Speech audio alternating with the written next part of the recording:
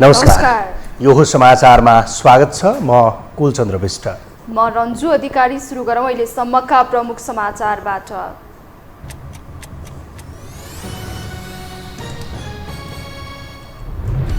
भोलिदेखि दलहरूले निर्वाचन कार्यक्रमलाई व्यापक बनाउन पाउने, 10वटा भन्दा बढी झण्डा प्रयोग गर्न भने नपाइने, सुरक्षा व्यवस्था चुस्त बनाउने प्रमुख आयुक्तको भनाई। घोषणापत्र कार्यान्वयन हुनेमा दलकै नेताहरूमा आशंका। निर्वाचनमा एमाले नजिते देशले दुर्भाग्य भोग्नुपर्ने ओलीको जिकिर। गठबन्धनबाट देश विकास सम्भव नभएको दावी। हिमाल र पहाडी क्षेत्रमा सुस्ताएको डेङ्गु संक्रमण, तराईमा भने झन फैलिँदै। नियन्त्रणमा स्थानीय सरकारले चासो नदेखाएको आरोप, सावधानी अपनाउन चिकित्सकको सुझाव। अमेरिकासँगको सैन्य अभ्यासपछि उत्तर र दक्षिण कोरिया बीचको सम्बन्धमा दरार। उत्तर कोरियाले एकै दिन 10वटा क्षेपणास्त्र प्रहार गर्यो। चुस्त जवाब दिने दक्षिणको तयारी। र पीएम कप पुरुष क्रिकेट प्रतियोगितामा गण्डकीको लगातार दोस्रो जित। कर्णाली प्रदेश 32 रनले पराजित। अर्को खेलमा लुम्बिनीले बागमतीलाई हराए।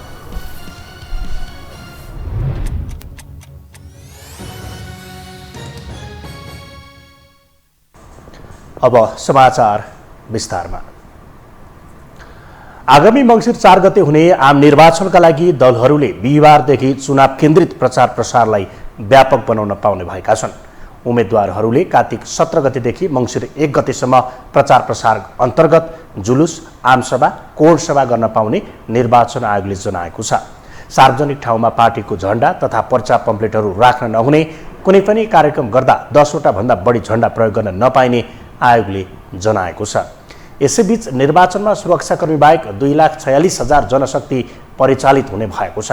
निर्वाचन आयोगका अनुसार मुख्य निर्वाचन अधिकृत, निर्वाचन अधिकृत, सहायक निर्वाचन अधिकृत, मतदान अधिकृत, सहायक मतदान अधिकृत तथा अन्य पदमा गरी करिब 2.5 लाख जनशक्ति परिचालित गरिनेछ।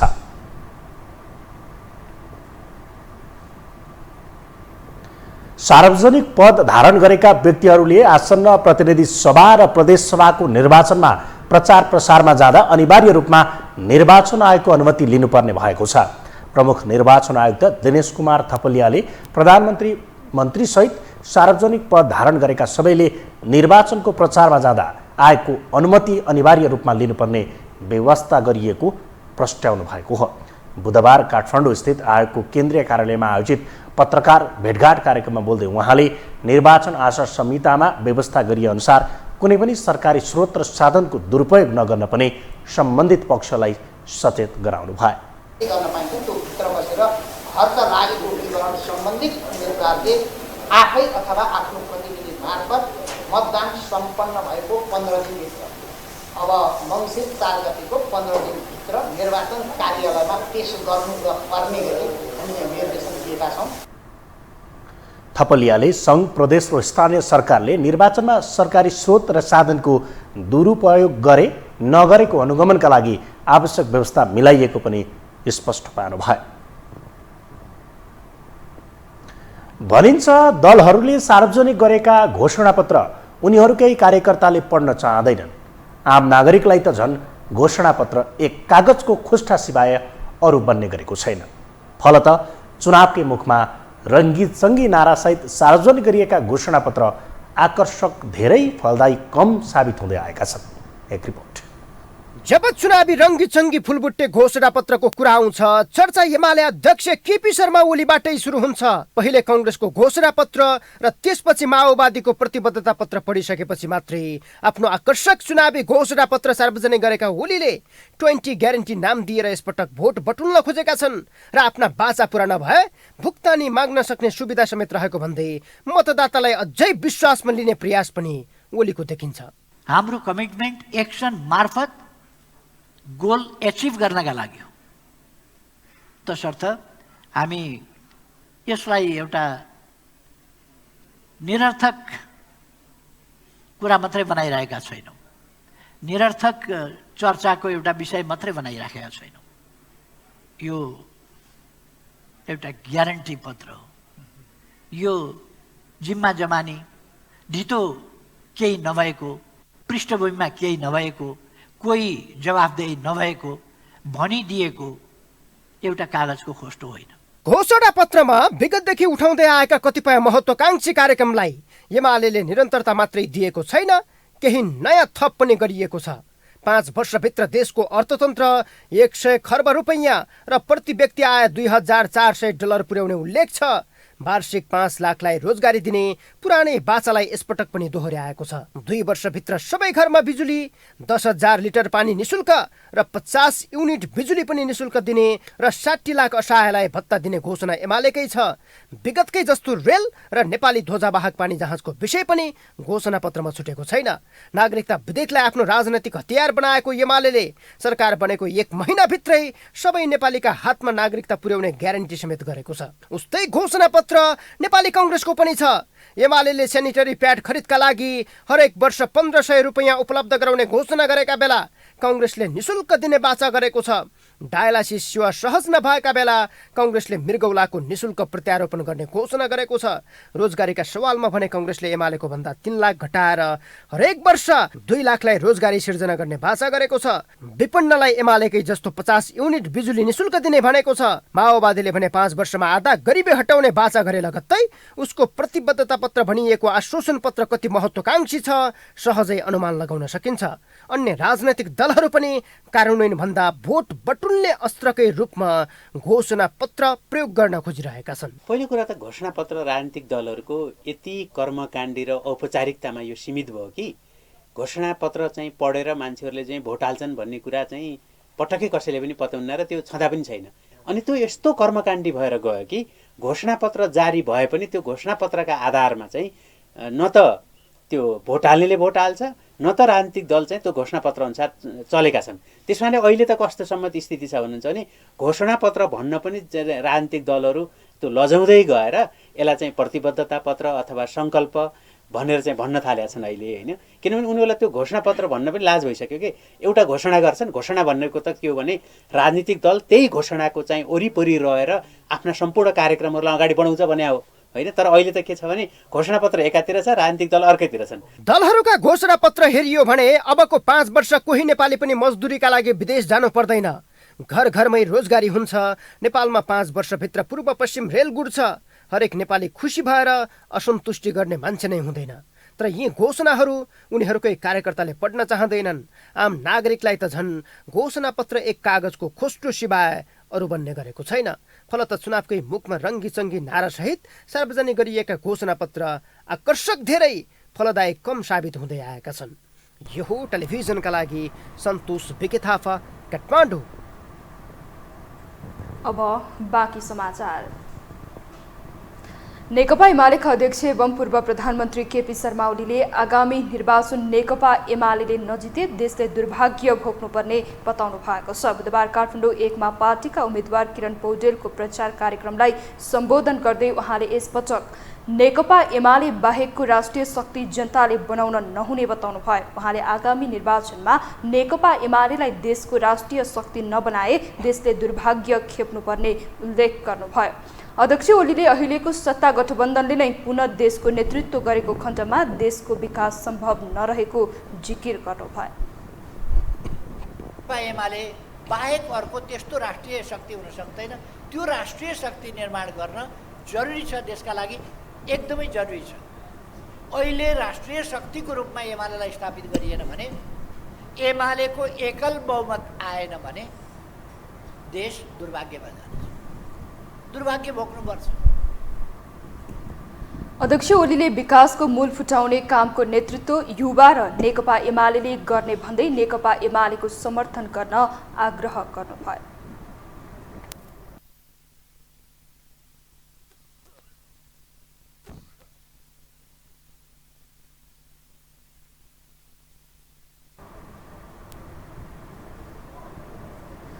चुनावमा होमिएका अधिकांश दलहरू उम्मेद्वारहरू चिल्ला भाषण र आश्वासनले भरिएको घोषणापत्रसहित मतदातासम्म पुगिरहेका छन्। दलहरू घोषणापत्रमा मात्र नभई मैदानमा पनि गाली गलौजमै उत्रिरहेका छन्। अर्थात् आफ्ना एजेन्डालाई बुझाउन भन्दा विपक्षीलाई गाली गर्नमै उनीहरू व्यस्त देखिएका हुन्। एक रिपोर्ट। मंगलबार 5 तारे होटलमा भव्य कार्यक्रमका बीच घोषणापत्र सार्वजनिक गरेको नेकपा एमाले निकै मिठा र जनजिब्रोमा झुन्डिने नारा सहितका एजेन्डा अघि सारेको छ। अबका दिनमा एमालेका उम्मेद्वारहरू त्यही एजेन्डा लिएर मतदाताको घरमा पुग्नुपर्ने हो। तर घोषणापत्र सार्वजनिक भएको दोस्रो दिनमै अध्यक्ष केपी शर्मा ओली गालीमै व्यस्त बन्न थालेका छन्। आफूमाथि लागेको संविधान विरोधी ट्याग हटाउन राष्ट्रभक्त शक्ति आफू भएको प्रमाणित गर्न लागेका उनी त्यो एजेन्डाबाट नभई गालीबाट प्रमाणित गर्ने दाउमा छन्। यसैको निरन्तरता उनले अहिलेको सरकार परमादेशबाट निर्माण भएको बताउँदै प्रतिगामीहरूले नै अहिले एमालेलाई प्रतिगामी भएको आरोप लगाएको बताए। निर्वाचन पश्चात पनि एमाले बाहेक अर्को राष्ट्रिय शक्ति हुन नसक्ने बताएका ओलीले एमाले बाहेक अर्को शक्तिमा आयो भने देश दुर्भाग्यतिर जाने टिप्पणी गरे। अझै अघि सरेर रेल र पानी जहाजको विरोध गर्नेहरूले आफ्नो चुनावी घोषणापत्र तिनै कुरा समेटेर ल्याएको बताएका उनले एमालेको सरकारले रेलको कुरा गर्दा हाँसी मजाक गर्नेहरूले आफ्नो चुनावी घोषणापत्रमा रेलकै फोटो टाँसेको बताए। आगामी कार्यदिशा र एजेन्डा सुनाउन ल्याएको चुनावी घोषणापत्रको अन्य दलले झैं सुरुवाती पाना नै गालीबाट सुरुवात गरेको एमालेले निर्वाचनपछि प्राप्त हुन नसकेको उपलब्धिको दोष अरूमा लगाउन थालिसकेको छ। अहिले राष्ट्रिय शक्तिको रूपमा एमालेलाई स्थापित गरिएन भने, एमालेको एकल बहुमत आएन भने देश दुर्भाग्यमा जानेछ। फेरि कथम कदाचित यिनै मान्छेहरू, यिनीहरू अहिले जनताले छानेका होइनन्, संसदले छाने होइन, यी परमादेश लिएर जालीकृत्य ढङ्गले मुद्दा त सबभन्दा बढी जालीकृत्यले जित्छ। यी त जालीकृत्य हुन्। सरकार बनाउने कुरो, संसदको कुरो अदालतमा लगेर मुद्दा जितेर ल्याए भनेर प्रधानमन्त्री अदालतले हटाउँछ। संसदको के काम?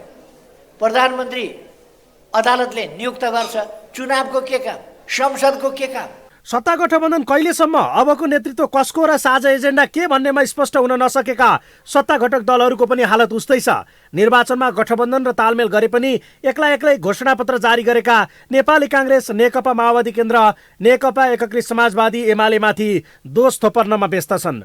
5 वर्ष सत्तामा रहेर पनि केही काम गर्न नसकेको माओवादी ओलीकै कारण व्यवस्था र संविधान रक्षामा आफूलाई केन्द्रित गर्न परेको भाष्य निर्माण गरिरहेको छ। दुई पटक प्रतिनिधि सभा विघटन गरेको एमालेले वर्तमान सत्ता गठबन्धनले लोकतन्त्रको धज्जी उडाएको भन्न भ्याएको छ भने काङ्ग्रेसले ओलीमाथि आरोपको वर्षा गरेको छ। जनआन्दोलनबाट प्राप्त उपलब्धि रक्षा र देशलाई दुर्घटनाबाट बचाउन र संविधान समावेशी लोकतन्त्र राष्ट्र र गणतन्त्र रक्षाको निम्ति गठबन्धन गरिएको दावी गर्ने उनीहरू पनि आफूले नजिते देश बर्बाद हुने बताइरहेका छन्। नेकपा एकीकृत समाजवादीले ओलीको अराजक क्रियाकलापका कारण नयाँ दल बनाउनु परेको बताउँदै गर्दा अन्य दलले पनि एमालेलाई नै दोषी करार गर्न व्यस्त छन्। हामीले नै प्रस्तावित गरेको पार्टीको नेताबाट, सरकारको प्रमुखबाट संविधानलाई र गणतन्त्रलाई, संघीयतालाई र धर्मनिरपेक्षतालाई उल्ट्याउने दुस्साहस भयो। हामी त्यसका विरुद्ध लड्न पर्यो। तपाईँ हामी सबै मिलेर लड्यौँ। कुरो अलिक गहिरो नै छ। यो एउटा निर्वाचन जित्ने या नजित्ने भन्ने कुरासँग मात्रै रिलेटेड छैन। प्रतिक्रियावादी, षड्यन्त्रकारी, व्यक्तिवादी, निषेधात्मक सोच भएका प्रवृत्तिलाई परास्त गरेर सामूहिकताको प्रदर्शन गर्ने कुरासँग पनि यो सम्बन्धित छ। निर्वाचन विचार र सिद्धान्तको प्रतिस्पर्धा हो भने आम मतदाताले पनि उनीहरूको एजेन्डा हेरेर मतदान गर्नुपर्ने हो। बहस पनि दलका नीति र कार्यदिशाबारे हुनुपर्ने हो। तर पुरा नहुने चिल्ला आश्वासनले भरिएका दलका घोषणापत्र विश्वास गर्न सक्ने अवस्थामा मतदाता छैनन्। यही बुझेका नेताहरू पनि एजेन्डा भन्दा मिडिया खपत हुने र चर्चा हुने आक्रामक भाषणमै आफूलाई केन्द्रित गरिरहेका छन्। जबकि उनीहरूको कर्तुत तराजुमा जोख्ने हो भने कोही पनि घटी बढी छैनन्। फलत गाली गरेर जित्ने उनीहरूको यो शैलीले देशमा अराजकता फैलाउने र घृणाको वातावरण सिर्जना गर्ने बाहेक अरू प्रतिफल दिने सम्भावना पनि छैन। आसन्न मङ्सिर 4 को निर्वाचन राजनीतिक दलको जित हारसँग मात्रै सम्बन्धित छैन। चुनावपछि बन्ने सरकार र यसको नेतृत्वमा आउने अनुहारलाई लिएर समेत चासो, चिन्ता व्यक्त भइरहेका छन्। एक रिपोर्ट। मङ्सिर 4 को निर्वाचनपछि पनि प्रधानमन्त्री बने शेरबहादुर देउबा 6औं पटक देशको नेतृत्वमा पुग्नेछन् र यो सम्भावना सबैभन्दा बलियो र चुनौती रहित पनि देखिन्छ, किनकि 5 दलीय सत्ता गठबन्धनको नेतृत्व गरेको दल नेपाली कङ्ग्रेसको सभापति पनि देउबा नै हुन्। देउबाको दाबीका अघि गठबन्धनभित्रकै दलबाट खरो प्रतिवादी स्वर समेत बाहिरिएको छैन। यसै कारण निकटस्थ नेताहरू देउबा नै अबको प्रधानमन्त्री रहेको बताउन थालेका छन्। बुधबार कङ्ग्रेस प्रवक्ता प्रकाश शरण महतले अबको प्रधानमन्त्री पनि देउबा नै हुने दाबी गरे। सत्ता गठबन्धनमा सबैभन्दा ठूलो दल कङ्ग्रेस नै भएकाले अबको प्रधानमन्त्री पनि देउबा नै बन्नेमा कसैको दुई मत नभएको दाबी महतको छ। उस्तै दाबी यसअघि केन्द्रीय सदस्य डिला सङ्ग्रौलाले पनि गरेका थिइन्। फेरि पुनः चाहिँ हामीले भनिरहेछौँ हैन, संविधानको रक्षा, स्थायित्व, समृद्धिको आधार, नेपाली कासको नेतृत्वमा अबको सरकार भन्ने नारा छ। यो नाराले नै सबै कुरा मुखरित गर्छ। तर कङ्ग्रेस भित्रैबाट महामन्त्री गगन थापाले मङ्सिर 4 पछिको प्रधानमन्त्रीका रूपमा आफूलाई उभ्याउन खोजेका छन्। कङ्ग्रेसमा सभापति देउबाको विकल्प खोज्न लागि परेका थापाले यसैलाई एजेन्डा बनाएर चुनावमा हाम फालेका मात्रै छैनन्, अब ड्राइभिङ सिटमै बसेर नेतृत्व गर्ने बेला भएको दाबी गरिरहेका छन्। तर कङ्ग्रेसबाट प्रधानमन्त्री बन्ने पालो आफ्नो भएको भन्दै 14औं महाधिवेशनमा सभापति हारेका प्रकाशमान सिंह पनि चुनाव जित्न खोज्दैछन्। म के को लागि चाहिँ फिट छ भन्ने कुरा मैले बोल्नुभन्दा पनि मेरो चाहिँ जुन अनुभव, जुन मेरो चाहिँ विगतको चाहिँ गतिविधिबाट के देखाउँछ त भन्दाखेरि लोभ छैन, मोह छैन, म चाहिँ के गरेर चाहिँ देखाउन सक्छु भन्ने त्यो चाहिँ कन्फिडेन्स ममा चाहिँ छ र चाहिँ अब मौका पायो भने चाहिँ म गरेर चाहिँ देखाउन सक्छु भन्ने त्यो चाहिँ मलाई चाहिँ भित्र मनदेखि नै चाहिँ एउटा चाहिँ के छ भन्दाखेरि यो चाहिँ कन्फिडेन्स चाहिँ बढेर आएको छ। किन अनुभव छ, सबै देखेको छु, भोगेको छु। काङ्ग्रेसबाट शशाङ्क कोइराला र रामचन्द्र पौडेलको दाबी पनि प्रधानमन्त्रीकै लागि छ। संस्थापन पक्षले शेखर कोइराला अबको प्रधानमन्त्री रहेको हल्ला नफिजाएको पनि होइन। तर कङ्ग्रेसका यी सबै आकाङ्क्षीलाई मात खुवाएर अबको प्रधानमन्त्री बन्ने पालो मेरो भन्दै गठबन्धन भित्रैबाट नेकपा माओवादी केन्द्रका अध्यक्ष पुष्पकमल दाहाल प्रचण्ड पनि अन्तिम तयारीमा छन्। चुनावको मिति घोषणा पूर्व नै पटक पटक आफूलाई आगामी प्रधानमन्त्रीका रूपमा देख्न थालेका प्रचण्डले अहिले पनि देउबाकै समर्थन सहित प्रधानमन्त्री बन्ने छिद्र खोजिरहेका छन्। तर यसलाई जोडतोडले उठाउन प्रचण्ड अझै सशङ्कित छन्, किनकि प्रधानमन्त्रीको चाहना व्यक्त गर्न बित्तिकै कङ्ग्रेसीको भोट माओवादीले नपाउने बुझेका प्रचण्डले घुमाउरो शैलीमा अबको प्रधानमन्त्री आफैलाई दाबी गर्न बाध्य बनेका हुन्। केही दिन अघि मात्रै सबैले अबको प्रधानमन्त्री तपाईँ नै हो भन्ने गरेको र आफ्नो इच्छा पनि रहेको सार्वजनिक गरेका थिए। यही कुरा पूर्व प्रधानमन्त्री तथा अहिले प्रचण्डलाई सारथी बनाएर गोर्खा पुर्याएका डाक्टर बाबुराम भट्टराईले समेत सार्वजनिक गरेका छन्। नेपालको अहिलेको सन्दर्भमा सबभन्दा पपुलर मान्छे, सबभन्दा गतिशील व्यक्ति, सबभन्दा चर्चित व्यक्ति जसलाई भेट्ने काठमाडौँदेखि पत्रकारले आएर बिहान गरी घेरिरहेका छन्, त्यो भनेको कमलेश प्रचण्ड नै हो। उहाँहरू कमलेश प्रचण्ड भोलिको प्रधानमन्त्री, सुरेन्द्रराज पाण्डे भोलिको मुख्यमन्त्री। यही क्षेत्रले प्रधानमन्त्री पनि मुख्यमन्त्री पाइसकेपछि हाम्रो विकासका सपना कसरी पुरा नहोलान्, त्यसैले पनि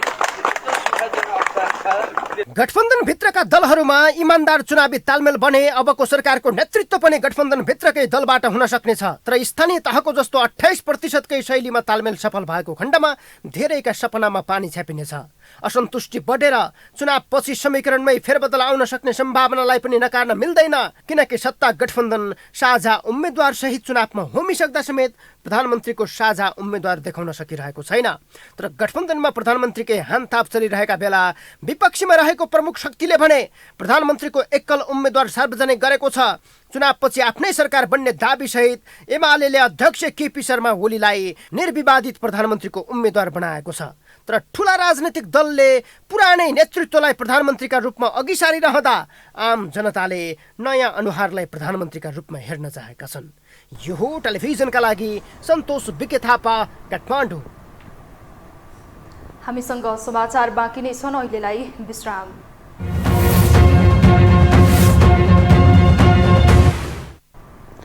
विश्रामपछि यो हो समाचारमा स्वागत छ। अब बाँकी समाचार। अबको 18 दिनमा संसदीय निर्वाचन हुँदैछ। चुनावको मिति नजिकिँदै जाँदा उम्मेद्वारहरू चुनाव लक्षित गतिविधिमा व्यस्त छन्। चुनाव प्रचारका लागि मतदाताको घर घर पुग्नुपर्ने उम्मेद्वारहरू बुधबार भने भ्रिकुटी मण्डपमा भेला भए। किन भ्रिकुटी मण्डपमा केन्द्रित भए त उम्मेद्वारहरू? एक रिपोर्ट। हरेक समय कुनै न कुनै व्यापारिक मेला महोत्सव चलिरहने भ्रकुटे मण्डपमा बुधबार भने फरक खालको मेला लाग्यो। मेलाको नाम थियो उम्मेद्वार मेला। चौरभरि सेतो टेन्टले बनेको स्टलहरू, स्टलै पछि फरक फरक उम्मेद्वारका ब्यानर अनि स्टलभित्र संसदीय निर्वाचनका उम्मेद्वारहरू मतदाता र मिडियासँग कुरा गर्न भ्याइ नभ्याइ देखिन्थे। मञ्चबाट समेत पालै पालो उम्मेद्वारहरू आफ्नो उम्मेदवारी र चुनावी एजेन्डाबारे भाषण गर्न व्यस्त थिए। मङ्सिर 4 गते हुने संघीय निर्वाचनमा उम्मेद्वार हुने सबै राजनैतिक दल र स्वतन्त्र उम्मेद्वारहरूको सहभागिता हुने अपेक्षा गरिएको मेलामा भने वैकल्पिक भनिएका शक्तिहरूको मात्र बाक्लो उपस्थिति थियो।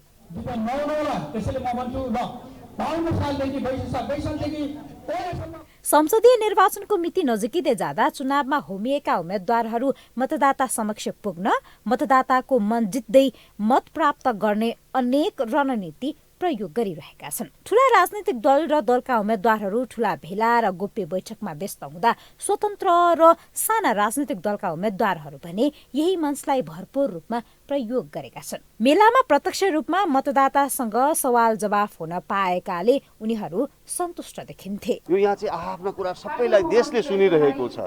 आफ्नो भिजन के हो, मिसन के हो, तपाईले के गर्नुहुन्छ, तपाईको पार्टीको अथवा स्वतन्त्रको के छ भन्ने कुरा छ। यो नै ब्युटी हो। मतदाताहरूमा सहरका युवाहरूले बढी प्रश्न राख्न आएका छन्। करिब 200 जना आएर युवाहरूले आएर हाम्रो एजेन्डाको बारेमा सोध्नु लानुभएको छ भने वृद्धहरू अझ बढी आउनुभएको छ। करिब अहिले यहाँ आउने मान्छे 300 जना जतिले हामीसँग सम्पर्क गर्नुभएको अहिलेसम्म। मतदातासँग प्रत्यक्ष कुराकानी गर्ने मात्र नभई उम्मेद्वारहरू बीच पनि एक अर्कासँग चिनजान भलाकुसा गर्ने, भातृत्व साटासाट गर्ने अवसर मिलेको कतिपयको बुझाइ छ। काठमाडौँ उपत्यकाभित्रबाट उठ्नुभएका अन्य थुप्रै उम्मेद्वारहरू हुनुहुन्छ। यहीँबाट नै हामी चुनिएर संसदमा पुग्ने हो। एक अर्कालाई भेटौँ, बुझौँ, चिनजान गरौँ, एउटा भातृत्व एउटा स्थापित गरौँ र अन्य व्यक्तिहरूले, अन्य उम्मेद्वारहरूले के योजना ल्याउनु भएको छ, कसरी अगाडि बढिराख्नु भएको छ। यो नयाँ शैली हो। यो एउटा उम्मेदवारसँग डाइरेक्ट जनताले कुरा गर्न पाउने र मिडियाहरूले पनि सजिलैसँग कुरा गर्न सक्ने थलो बनाएको कारण यहाँ हामीले सजिलैसँग आफ्नो पार्टीको धारणाहरू राख्न पाइरहेको छौँ। एकदम राम्रो, मलाई एकदम राम्रो लागिरहेको। मेलामा मतदाताहरूको उपस्थिति न्यून भए पनि उपस्थित मतदाताले आफ्नो क्षेत्रको उम्मेद्वारबारे जान्ने मौका पाएको प्रतिक्रिया दिए। उम्मेद्वारलाई प्रत्यक्ष रूपमा जान्ने मौका पाएको उनीहरूको भनाइ छ। टिभीमा मात्र हेर्छौँ। टिभीमा हेरेर हामी चाहिँ अब के भन्न चाहिँ अब के गर्ने कसो गर्ने भन्ने हुन्छ। अनि उहाँहरू चाहिँ कस्तो बिहेको मान्छे हुन्छ। यहाँ 2-4 जना मान्छेहरूसँग बोल्दा पनि उहाँहरूको बिहे चाहिँ त्यो अनुहारबाट देखिन्छ। त्यो अनुहारबाट देख्दा चाहिँ के हुन्छ, देशमा ह्यान्डलिङ गर्ने खालको हो कि होइन भने हामीले पनि पहिचान गर्न सक्छौँ। हामी जनता हौ, देशलाई ह्यान्डलिङ गर्ने मान्छे कस्तो हुनुपर्छ भने चाहिँ हामीले पनि यकिन गरेर हुन्छौँ। अन्यत्र यस्तो प्रचलन भए पनि नेपालका लागि यो नयाँ अभ्यास हो। फलत मेलामा पाका र पुराना पुस्ताका नेता वा उम्मेद्वार भन्दा नयाँ पुस्ताकै उम्मेद्वारहरू धेरै सहभागी थिए। मतदातासँग प्रत्यक्ष अन्तर्क्रिया गर्ने मौका भए पनि शीर्ष राजनैतिक दल र हेभी वेट भएका उम्मेद्वार भने सहभागी भएनन्। यो हो टेलिभिजनका लागि क्यामेरामा विमल चौहानका साथमा निम्लेकी शेर्पा, काठमाडौँ। गृहमन्त्री बालकृष्ण खाँडले आगामी निर्वाचनले देशको राजनीति र विकासमा नयाँ मार्ग पहिल्याउने विश्वास व्यक्त गर्नुभएको छ। बुधबार बुटवलमा आयोजित लुम्बिनी प्रदेश स्तरीय सुरक्षा गोष्ठीमा बोल्दै उहाँले निर्वाचनलाई निष्पक्ष, शान्तिपूर्ण र स्वच्छतापूर्वक सम्पन्न गर्नका लागि नेपाल सरकार प्रतिबद्ध रहेको स्पष्ट गर्नुभयो। उहाँले भयरहित वातावरणमा आफूले रोजेको मतदातालाई भोट हाल्न पनि आग्रह गर्नुभयो। गृहमन्त्री खाँडले नेपालमा रहेका सबै राजनीतिक शक्तिहरू र सबै राजनीतिक दलसँग नेपाल सरकार संवाद, छलफल र वार्ता गर्न तयार रहेको भन्दै वार्ताको प्रक्रियाबाट विभिन्न राजनीतिक दलहरूले अघि सारेका मुद्दालाई सरकारले सम्बोधन गर्ने प्रतिबद्धता जनाउनु भयो। नेपाल सरकार संवाद, छलफल र वार्ता गर्न तयार छ। तर वार्ताको प्रक्रियाबाट यहाँले अगाडि सार्नुभएका कतिपय मुद्दाहरूलाई सरकारले सम्बोधन पनि गर्नेछ। त्यसकारणले सरकारसँग वार्ता, सहमति र सहकार्यका लागि यहाँहरूले सार्थक चाहिँ कार्यमा सहभागी हुनुहोस् भन्ने पनि आग्रह गर्न चाहन्छु। गृहमन्त्री खानले निर्वाचन संविधानको सुन्दर पक्ष भएको उल्लेख गर्दै संविधानले नै नेपाली जनतामा सर्वोच्चता स्थापित गरेको बताउनुभयो। आजदेखि सरकारी कार्यालय 1 घण्टा चाँडै बन्द हुने भएका छन्। 3 महिना सरकारी कार्यालय बिहान 10 बजेदेखि अपराह्न 4 बजेसम्म मात्रै खुल्ने गृह मन्त्रालयका प्रवक्ता फणीन्द्रमणि पोखरेलले जानकारी दिनुभयो। गृह मन्त्रालयले राजपत्रमै सूचना निकालेर कार्यालय समय निर्धारण गर्ने गरेको छ। आजदेखि माघ 15 गतेसम्म बिहान 10 बजेदेखि अपराह्न 4 बजेसम्म मात्रै कार्यालयहरू सञ्चालन हुनेछन्। यो अवधिमा शुक्रबारको दिन बिहान 10 बजेदेखि अपराह्न 3 बजेसम्म मात्रै कार्यालय खुल्नेछन्। वैशाख 1 गतेदेखि कार्तिक 15 गतेसम्म तथा माघ 16 गतेदेखि चैत मसान्तसम्म कार्यालय समय बिहान 10 बजेदेखि अपराह्न 5 बजेसम्म तोकिएको मन्त्रालयले जनाएको छ। अब बाँकी समाचार। काठमाडौँ महानगरपालिकाका मेयर बालेन्द्र शाहले इमान्दार भएर काम गर्न मातहतका निकायलाई निर्देशन दिनुभएको छ। कुनै पनि कामलाई सफल बनाउन स्वच्छ र इमान्दार हुनुपर्ने उहाँको भनाइ थियो। बुधबार काठमाडौँमा आयोजित काठमाडौँ महानगरपालिका वडा महिला सञ्जाल गठन र सञ्चालन सम्बन्धी छलफल कार्यक्रममा बोल्दै उहाँले जघन्य अपराधका घटनालाई मेलमिलाप गरेर टुङ्गो लगाउन नहुने धारणा समेत राख्नु भएको छ। जघन्य अपराधका घटनालाई अदालतमा गएर न्याय निरूपण गराउन भ्रष्ट आचरण भएकाहरूले बाधा अवरोध पुर्याउने भएकाले त्यसतर्फ सचेत रहनुपर्ने मेयर शाहले बताउनुभयो।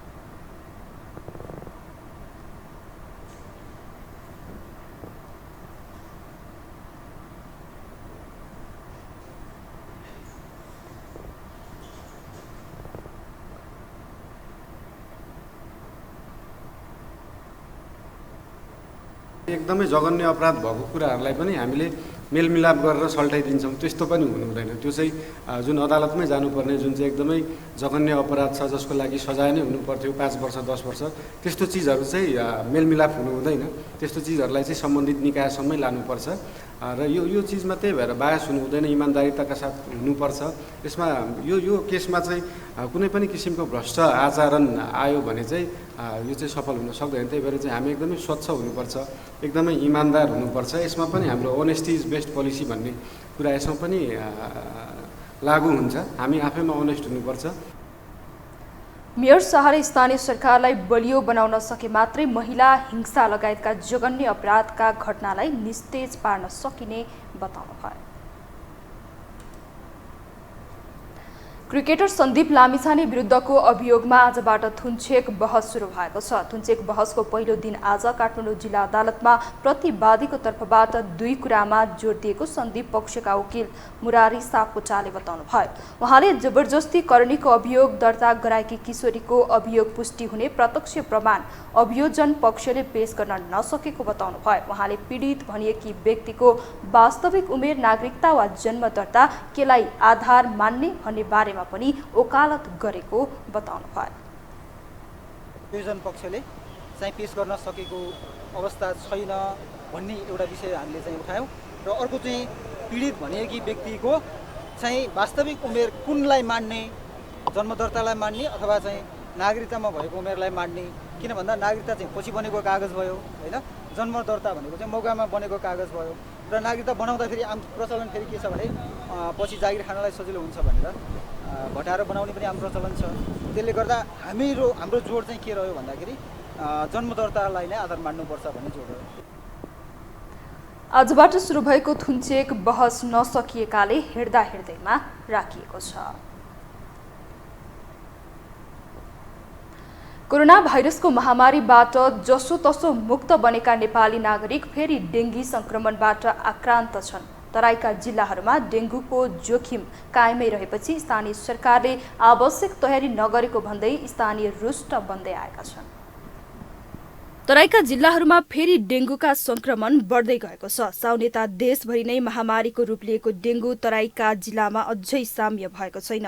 डेङ्गु रोगको जोखिम कम गर्न सरकारले पनि ध्यान नदिएको भन्दै स्थानीय आक्रोशित बनेका छन्। सर्लाहीको 20 वटै स्थानीय तहहरू मध्ये केहीले मात्र डेङ्गु रोग नियन्त्रणको लागि काम गरेका छन्, तर अधिकांश स्थानीय तहहरूले भने सर्वसाधारणहरूलाई डेङ्गु रोग लाग्न सक्ने कारण, बच्ने उपाय र संक्रमण भइहालेमा अपनाउनु पर्ने विधि लगायतको बारेमा हाल हालसम्म कुनै जानकारीमूलक सन्देशहरू प्रवाह गरिएको छैन। न त डेंगू फैलाउने मूल कारक लामखुट्टे मार्ने तर्फ कुनै कदम नै चालेका छन्। नगरपालिका का कमी है, गाउँपालिका का कमी है, वोट माग रही, घूम रही, दवाई की व्यवस्था नहीं करले, आदमी से परेशान कैले, रात दिन में मच्छर कटी गए, रातों में कटी गए, डेंगू बीमारी फैल गए, किसान कहाँ से ढोवा लेकर दवाई करती, सब करे का चाहिए। यो रोग सार्ने लामखुट्टे ग्रामीण क्षेत्र भन्दा शहरी क्षेत्रमा बढी पाइने गर्दछ। यसले ससाना सफा पानी जमेको स्थानमा फूल पार्ने गर्दछ। खास गरी वर्षाको पानी जम्ने टिनका डब्बाहरू, रङका खाली डब्बा, थोत्रो टायर, अलकत्रा वा मट्टीतेलका खाली ड्रमहरू, फूलदानी, गमला, पानीका ट्याङ्की आदिमा यसले फूल पार्दछ। शहरी क्षेत्रमा यस्ता वस्तुहरू पर्याप्त मात्रामा हुने भएकाले यो रोग सर्ने लामखुट्टे शहरमा बढी देखिएको प्रादेशिक अस्पताल मलङ्गवाका मेडिकल सुपरिन्टेन्डेन्ट नवल किशोर झाले बताए। टेम्पोररी जुन यो भाँडा कुँडाहरू बाहिर फालेका, टायरहरू फालेका, पानीका बोतलहरू, हाम्रोतिर यो माटोको भाँडा हुन्छ नि, कोहिया भन्छ, त्यो कोहिया भयो, यो सर्वाहरू, तिनीहरूमा आर्टिफिसियल पानी जम्मा गरेको यिनीहरू छन् हैन। र प्लस यो स्प्रेइङको जुन भन्नुभयो त्यो सबै जनचेतना वृद्धिका कार्यक्रमहरू सबै नगरपालिकामै छ। डेंगू मात्र नभई हात्तीपाइले, जापानिज स्नेफ्लाइटिस, मलेरिया लगायतका घातक रोगहरू पनि लामखुट्टेबाट नै सर्ने हुनाले त्यस्ता रोगहरू फैलिन नदिन अन्य निकायहरूले जस्तै स्वास्थ्यको पनि जिम्मा लिएको स्थानीय तहले सबैभन्दा पहिले पानी जमेको ठाउँ र फोहोर नालाहरू सफा गर्न लगाएर औषधि छर्कने काम गर्न अति आवश्यक रहेको मसु झाले बताए। पछिल्लो समय अस्पताल आउने डेंगूका बिरामीको संख्या बढेको प्रादेशिक अस्पताल मलङ्गवाका हेल्थ असिस्टेन्ट जितेन्द्र शाह बताउँछन्। यहाँ धेरै आउँछ, अहिले डेंगूको पेसेन्टहरू धेरै छ अहिले आएको। तपाईँको यहाँ पेसेन्ट आउँछ सबभन्दा सिरियसै पेसेन्ट भएर 102, 130, 104 फिभर भएर पेसेन्टहरू आउँछ।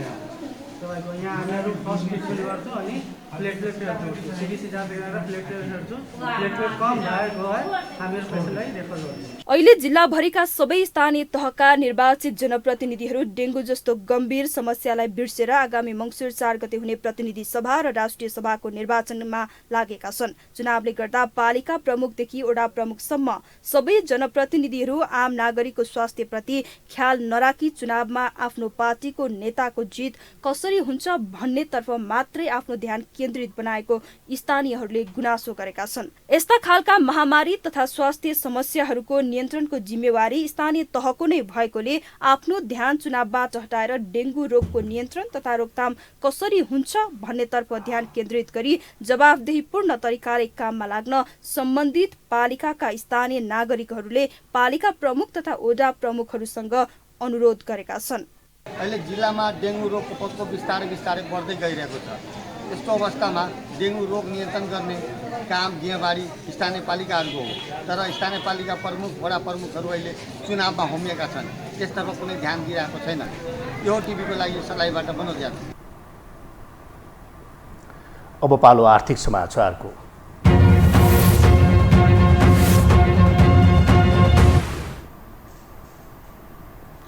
शेयर बजार कारोबारको तेस्रो दिन पनि बढेको छ। दिनभर तलमाथि भइरहेको शेयर बजार बन्द हुने बेलामा 7.32 अङ्कले बढेर 1938.30 बिन्दुमा पुगेको छ।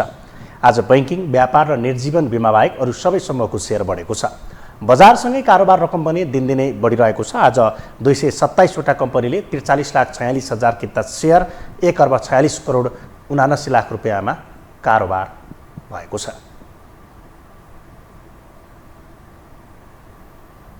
हामीसँग अन्तर्राष्ट्रिय र खेलकुद समाचार बाँकी नै छन्। अहिलेलाई पुनः विश्राम।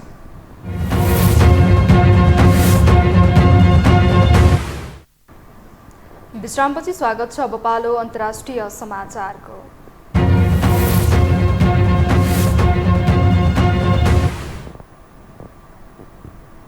उत्तर कोरियाले पहिलो पटक दक्षिण कोरियाली समुद्री सीमाभित्र मिसाइल प्रहार गरेको छ। अमेरिका र दक्षिण कोरिया बीच सैन्य अभ्यास चलिरहेको बेला उत्तर कोरियाले आज बुधबार बिहान ब्यालिस्टिक क्षेप्यास्त्र प्रहार गरेको हो, जुन समुद्री सीमाङ्कन लाइन पार गर्दै दक्षिण कोरियाली पानीमा खसेको हो। कोरिया विभाजन भएको 70 वर्षको इतिहासमा पहिलो पटक उत्तर कोरियाले दक्षिण कोरियाली सिमानामा भित्र खस्ने गरी क्षेप्यास्त्र प्रहार गरेको हो। दक्षिण कोरियाली सेनाले उत्तरले कम्तीमा 10वटा क्षेप्यास्त्र प्रहार गरेको र आफूले उत्तर कोरियाली समुद्री सिमानातर्फ आकाशबाट जमिनमा हान्ने क्षेप्यास्त्र प्रहार गरेको जनाएको छ। दक्षिण कोरियाली राष्ट्रपति युन सुक योलले उत्तर कोरियाले सिमाना मिचेर आक्रमण गरेको भन्दै त्यसको चुस्त जवाब दिन आफ्नो सेनालाई आदेश दिनुभएको छ। अब पालो खेलकुद समाचारको।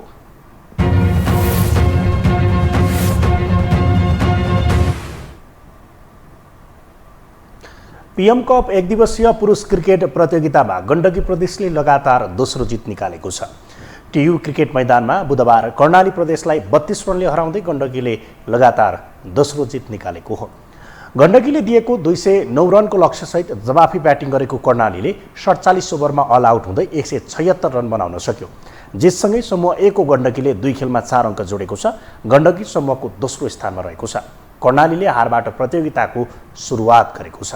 आजै भएको अर्को खेलमा लुम्बिनी प्रदेशले विजयी सुरुवात गरेको छ। बागमती प्रदेशलाई 8 विकेटले हराउँदै लुम्बिनीले सुखद सुरुवात गरेको हो।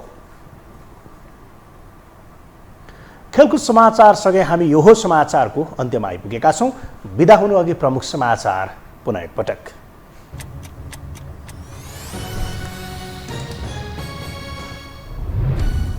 भोलिदेखि दलहरूले निर्वाचन कार्यक्रमलाई व्यापक बनाउन पाउने, 10वटा भन्दा बढी झण्डा प्रयोग गर्न भने नपाइने, सुरक्षा व्यवस्था चुस्त बनाउने प्रमुख आयुक्तको भनाई। घोषणापत्र कार्यान्वयन हुनेमा दलकै नेताहरूमा आशंका, निर्वाचनमा एमाले नजिते देशले दुर्भाग्य भोग्नुपर्ने ओलीको जिकिर, गठबन्धनबाट देश विकास सम्भव नभएको दाबी। हिमाल र पहाडी क्षेत्रमा सुस्ताएको डेङ्गु संक्रमण तराईमा भने झन फैलँदै, नियन्त्रणमा स्थानीय सरकारले चासो नदेखाएको आरोप, सावधानी अपनाउन चिकित्सकको सुझाव। अमेरिकासँगको सैन्य अभ्यासपछि उत्तर र दक्षिण कोरिया बीचको सम्बन्धमा दरार, उत्तर कोरियाले एकै दिन 10वटा क्षेप्यास्त्र प्रहार गरे, चुस्त जवाब दिने दक्षिणको तयारी। र पीएम कप पुरुष क्रिकेट प्रतियोगितामा गण्डकीको लगातार दोस्रो जित, कर्णाली प्रदेश 32 रनले पराजित। अर्को खेलमा लुम्बिनीले बागमतीलाई हरायो।